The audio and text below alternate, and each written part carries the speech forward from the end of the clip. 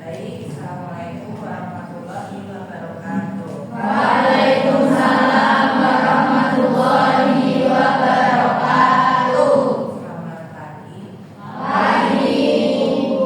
Baiklah, sebelum kita mulai perkuliahan pada pagi hari ini, alangkah baiknya kita awali dengan doa dimulai.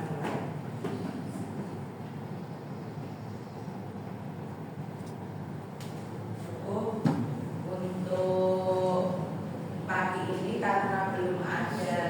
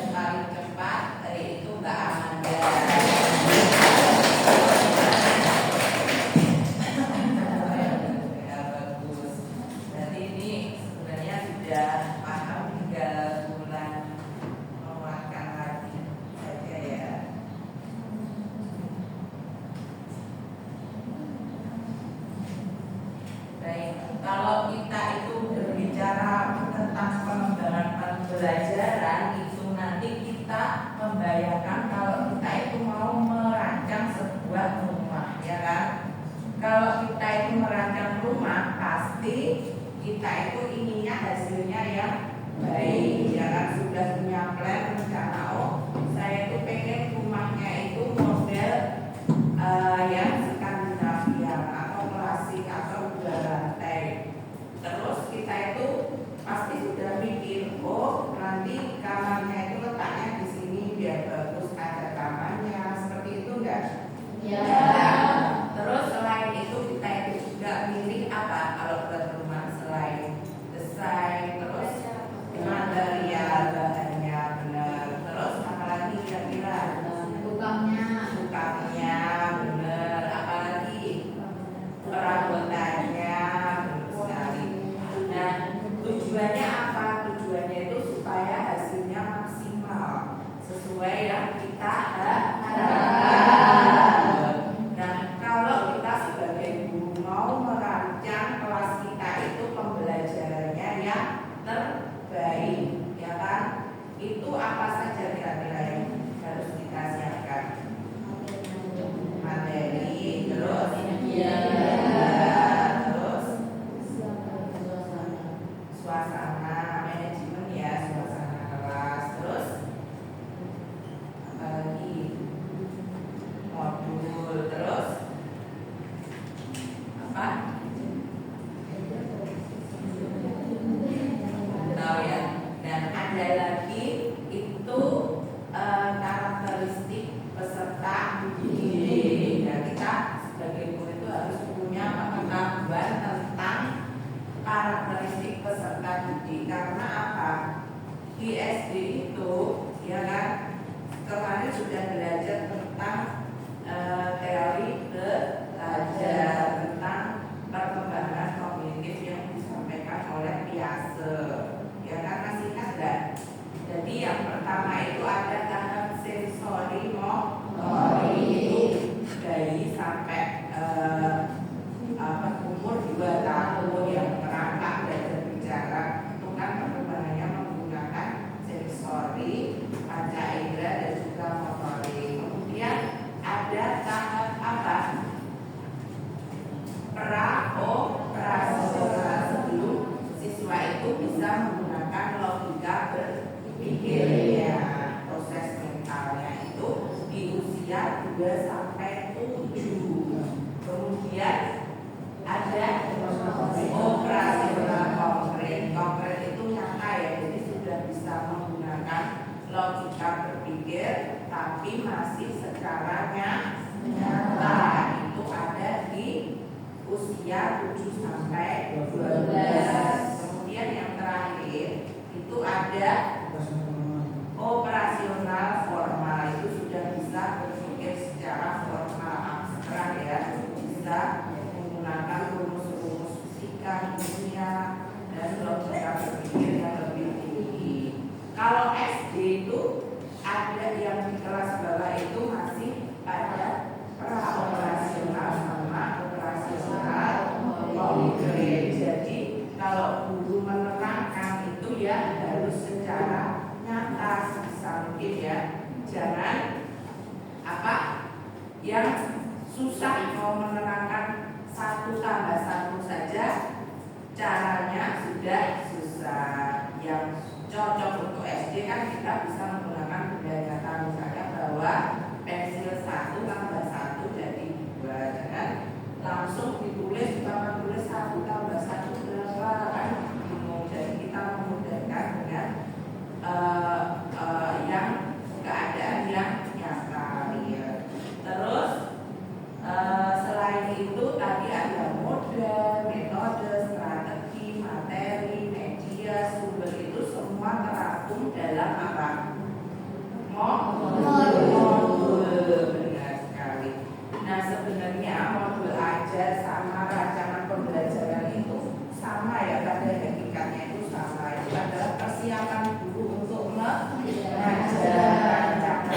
Rancangan itu kita buat sebaik mungkin. Misal karena tidak sesuai atau kurang pas ya masih bisa diperbaiki, ya kan? Nah, semua itu bagus. Bagus itu ya sesuai dengan perkembangan, sesuai dengan materinya, bisa memudahkan siswa, kreatif ya kan. Kemudian materinya juga harus yang sesuai. Misalnya kalau bahasa untuk kelas kecil belajar membaca. Terus untuk sastra misalnya analisis unsur intrinsik pada tokoh dan amanat saja. Nanti kelas tinggi lebih kompleks lagi, ya kan? Seperti itu. Paham ya? Jadi kita sesuaikan materi dengan karakteristik peserta sampai di apa? Asesmennya, penilaian.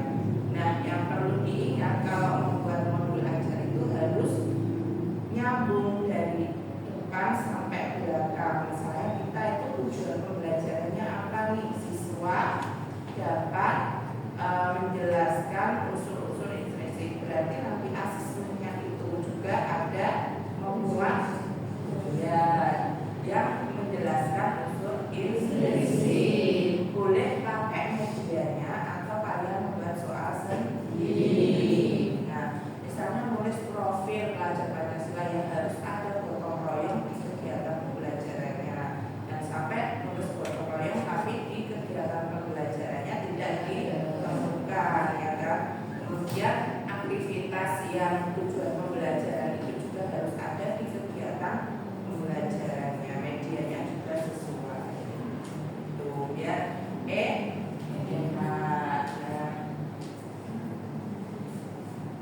Lanjut ya. Nah, ini tadi kita sudah tahu ya kalau merancang pembelajaran diilustrasikan dengan merancang rumah, kita itu harus menyiapkan bahan dan alatnya yang terbaik supaya hasilnya itu bisa maksimal. Nah, kemudian apa kalian nanti jadi guru itu sudah punya bayangan akan mengajar berapa siswa, siswanya seperti apa? Sudah belum? Belum ya. Nah, kalau jadi guru itu sudah punya planning ke depan yang jauh. Misalnya, oh ternyata muridku kelas 1, berarti karakteristiknya seperti ini. Jumlah peserta didiknya 30.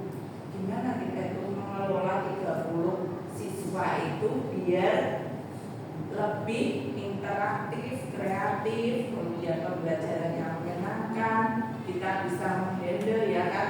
Paling susah dari guru itu menghandle ke kelas. Kalau ramai semua, gurunya seharian cuma teriak capek ya. Makanya kita itu harus bisa mengendalikan 32 siswa itu. Caranya gimana? Ya kita buat pengelolaan kelasnya yang bagus. Misalnya bisa dibuat kelompok ke kelompok. Kemudian pembelajarannya itu harus aktif. Siswa itu aktifnya bukan karena ramai, tapi karena mengikuti pelajaran. Bisa dibuatkan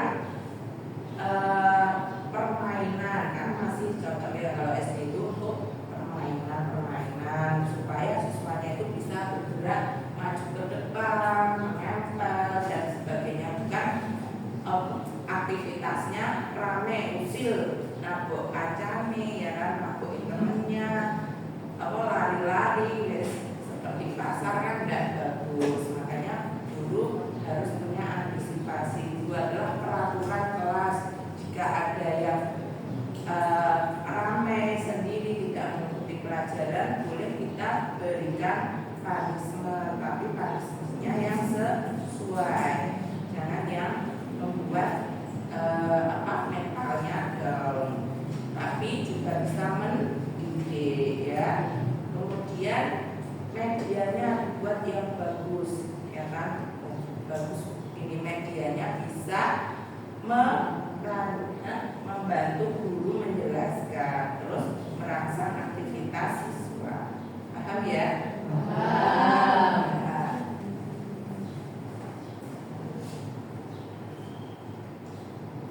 Nah, dulu pernah belajar model pembelajaran yang model, strategi, ya kan? Teknik. Nah, yang paling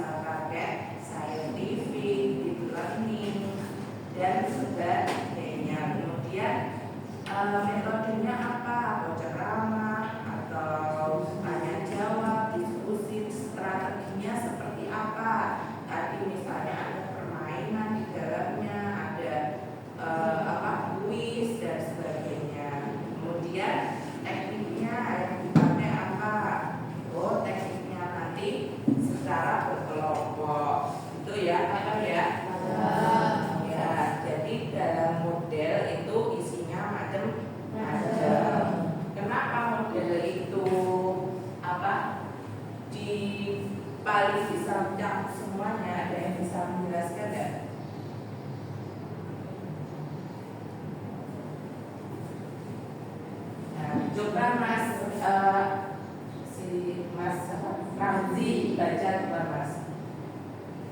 Yang model pembelajaran. Model pembelajaran berfungsi pembelajaran sebagai pedoman bagi para perancang pembelajaran dan para remaja dalam merencanakan kita melaksanakan aktivitas pelajaran. Menurut Prianto, model pembelajaran adalah suatu perencanaan atau pola yang digunakan sebagai pedoman dalam merencanakan pelajaran di kelas atau pelajaran tutorial. Model pembelajaran mengacu pada pendekatan pembelajaran yang akan digunakan, termasuk dalamnya tujuan-tujuan pengajaran, tahap-tahap dalam kegiatan pembelajaran, lingkungan pembelajaran, dan pengelolaan kelas. Jadi model pembelajaran adalah prosedur atau pola sistematis yang digunakan sebagai pedoman untuk mencapai tujuan pembelajaran. Di dalamnya terdapat strategi, teknik, metode bahan, media, dan alat. Dalam kata lain, model pembelajaran adalah rancangan kegiatan belajar agar pelaksanaan KBM dapat berjalan dengan baik, menarik, mudah dipahami, dan sesuai urutan yang jelas. Model pembelajaran diciptakan untuk membantu peserta didik memperoleh informasi, gagasan, keterampilan, nilai, cara pikir, dan cara untuk mengekspresikan diri mereka, cara belajarnya sehingga peserta didik memiliki kemampuan untuk belajar lebih mudah dan efektif. Ya, sudah jelas ya. Ya, jadi model itu mencakup banyak hal dan intinya itu agar siswa itu dapat belajar lebih mudah, lebih efektif, ya kan. Terus di dalamnya itu sudah mencakup berbagai hal, strategi, media, bahan, ya kan. Kemudian ada sintaksnya, urutannya, ya dalam model itu ciri utamanya sudah ada urutan kegiatan pembelajaran.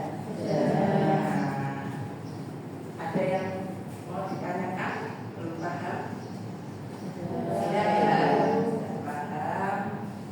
Kita lanjut. Nah, ini model itu mencakup semuanya, ya kan? Ada strategi pendekatan, metode, teknik. Kalau metode itu cara yang telah teratur. Kalau teknik itu aktivitas tertentu. Pendekatan itu dasar teoritis. Jadi itu saling berkaitan, tidak usah bingung ya. Ya, kalau teknik itu tergantung kasih tekniknya mau seperti apa, kita bisa mengatur sendiri. Kalau metode tadi sudah banyak ya. Metodenya ada tanya jawab, ceramah. Ya, kalau teknik itu biasanya juga berkaitan dengan pengelolaan kelas, cara mengatur modelnya seperti apa dalam kelas. Sudah paham ya tentang model pembelajaran? Tadi juga sudah kita simpulkan. Nah, ini ada ciri-cirinya. Kalau model pembelajaran itu ada teorinya, terus mempunyai misi, tujuan, kemudian dapat dijadikan pedoman pembelajaran, memiliki bagian-bagian sifat dia, memiliki dampak. Misalnya kalau kita mengajarkan PBL, problem based learning, itu berarti nanti dampaknya siswa itu bisa memecahkan masalah, ahli dalam memecahkan masalah. Sebenarnya untuk deep learning ini kan lebih kepada PBL, discovery, PJBL, karena pembelajaran mendalam itu sebenarnya sudah ada, tinggal kita perkuat saja, ya kan. Modelnya juga sudah ada. Intinya kalau pembelajaran mendalam itu kan siswa itu benar-benar apa? Benar-benar melakukan, benar-benar bisa paham, mengerti dengan dia itu menemukan sendiri, ya kan. Misalnya ini pencampuran warna, ya kan. Misalnya warna merah dengan ungu berubah jadi merah dengan biru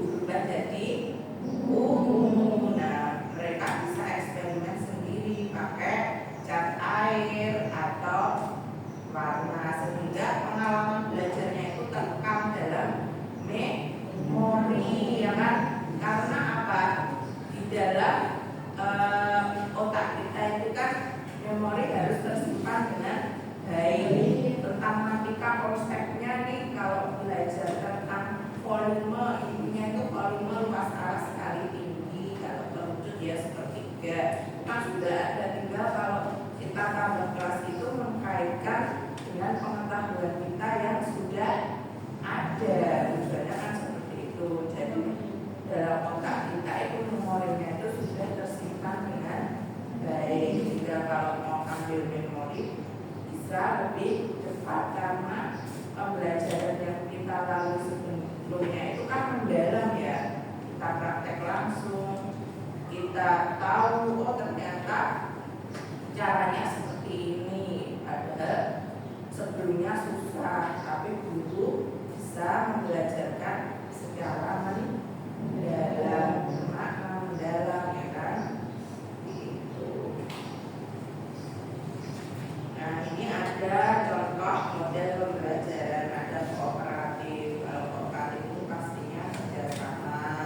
Kalau problem based learning berarti itu memecahkan masalah, ada masalah dibedakan. Discovery learning berarti siswanya bisa menemukan, ya kan, sesuatu. Project based learning berarti siswanya bisa membuat mengerjakan sesuatu. Ya, misalnya ada alat pemotong buah yang canggih, ya kan, pemotong buah nanas. Nah itu dimasuknya nanti ke dalam project. Nah ini contoh tadi ciri-ciri model pembelajaran problem based learning. Dasar teorinya ada, tujuannya ada, pedomannya ada. Sudah selesai. Bulan ini akan menampilkan sebuah video tentang pembelajaran yang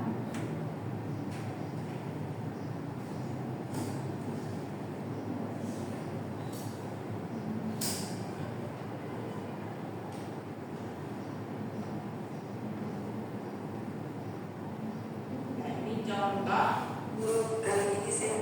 guru itu mempunyai ide kreatif dalam mengajarkan baca tulis, ya kan? Kan kesusahan membaca menulis itu bukan aktivitas yang simpel, karena melibatkan indera, melibatkan proses berpikir, ya kan? Terus aktivitas motorik, ya kan? Di awal itu harus mempunyai bekal membaca menulis siswa, ya. Nah, ini tantangan bagi guru. Kebanyakan siswa itu sekarang membaca menulisnya agak terlambat, ya. Jadi gimana membelajarkan membaca dan menulis supaya siswa itu dapat konsep yang mendalam, konsep yang bermakna, ya kan? Untuk apa? Jadi guru harus karena kebanyakan pakainya buku, ya kan, buku BA, CAC itu kan bosan ya siswa, ya. Supaya tidak bosan dan lebih efektif, gimana ini caranya? Nah ini di video ini ada contohnya. Belajar dengan pendekatan deep learning yang merupakan pendekatan yang menekatkan yang belajar secara mendalam, bukan kuantitas saja. Dan yang terpenting adalah pembelajaran yang menyenangkan bagi anak dapat paham apa yang dilakukan. Oke, ini segera contoh lebih saya membuat kamu berinovatif lain sama soal. Nah ini ya, melalui proses meaningful learning siswa dapat memaknai hal-hal, ya. Jadi bisa memaknai, oh ternyata B sama A itu baca itu siswa memaknai simbol, ya kan, maknai simbol sebuah tulisan. Kemudian mindful learning, jadi siswa itu menjadi agen aktif yang secara sadar berniat untuk mengembangkan pemahaman, ya kan. Kalau mindful itu nyambungnya ke pemahaman.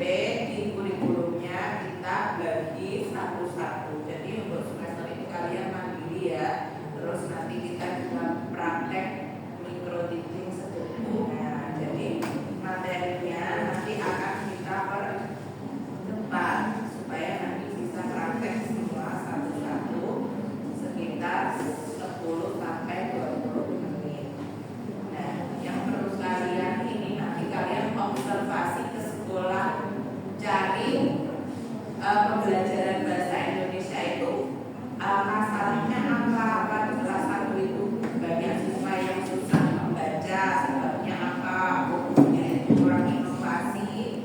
Terus misalnya pas ini mempelajari bacaan, ya menganalisis bacaan, misalnya nama tokohnya siswa juga belum bisa apa karena penjelasan gurunya kurang menarik, metodenya atau medianya.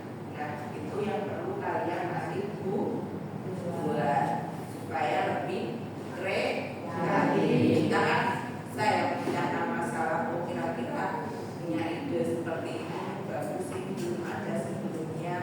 Nah itu nanti bisa buat bekal kalian dalam mengerjakan skripsi juga.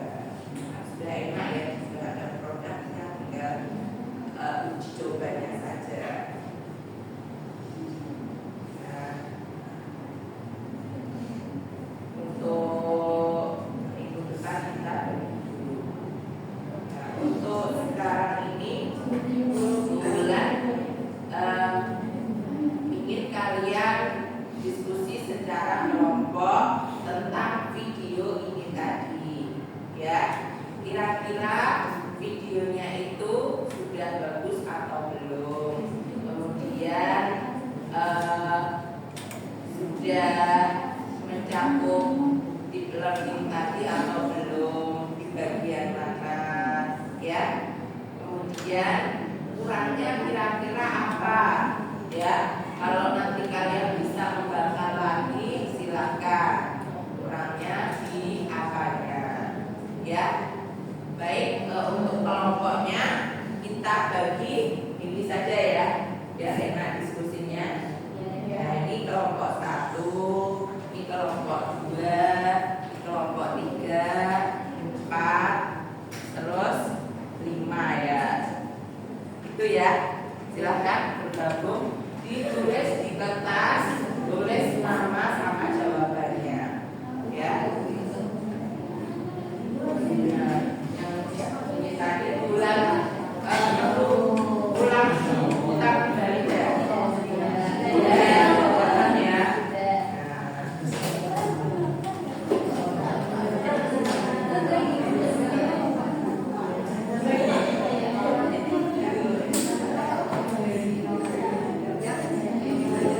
Ya,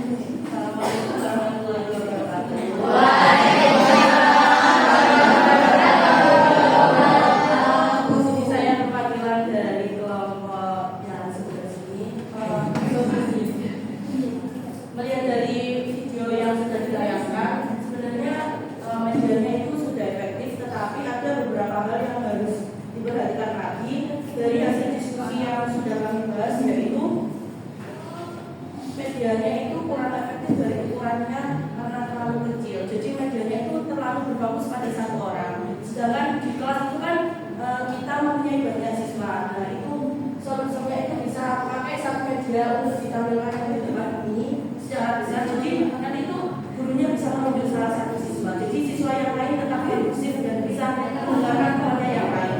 Lalu yang selanjutnya yaitu kata yang seharusnya dipilih itu memiliki makna agar sedangkan siswa dalam mengerti kosakata baru. Jadi yang ditampilkan tadi kan ada beberapa kata yang tidak memiliki makna. Contohnya hobi.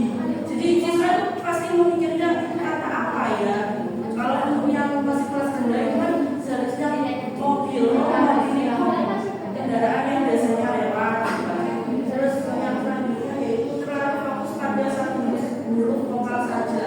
Yang ditayangkan tadi itu terlalu fokus pada huruf A saja. Sedangkan huruf yang lain itu tidak dilakukan. Dan yang selanjutnya yaitu di dalam video tidak menjelaskan fase serta tujuan pembelajarannya. Jadi kita nggak tahu dalam video ini itu terdapat pada fase berapa, kelas apa, dan juga tujuan pembelajarannya itu untuk apa. Apakah untuk hanya siswa itu dapat membaca atau siswa dapat memiliki kosakata baru lagi serta maknanya. Yang